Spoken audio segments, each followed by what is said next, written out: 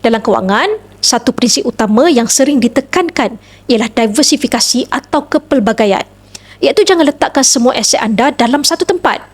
Realitinya, setiap instrumen kewangan mempunyai risiko tersendiri.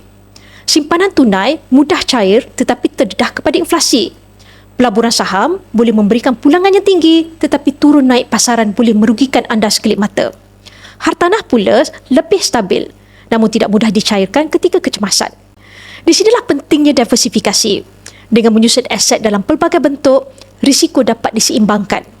Sebahagian dalam tunai untuk kecairan, sebahagian dalam saham atau dana untuk pertumbuhan, sebahagian dalam bentuk hartanah sebagai aset yang boleh memberikan pendapatan dan sebahagian lagi dalam bentuk emas sebagai pelindung nilai.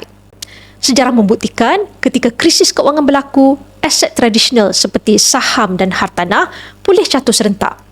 Tetapi emas sering bergerak berlawanan arah menjadi benteng terakhir untuk melindungi kekayaan.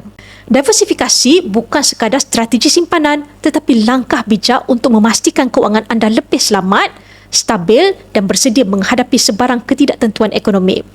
Dengan kata lain, jangan hanya bergantung kepada satu sumber sahaja. Bagi yang berminat untuk memulakan simpanan emas bersama Public Gold, anda boleh isi borang sign up di bio saya atau PM untuk saya bimbing anda dalam langkah-langkah simpanan emas yang terbaik untuk anda.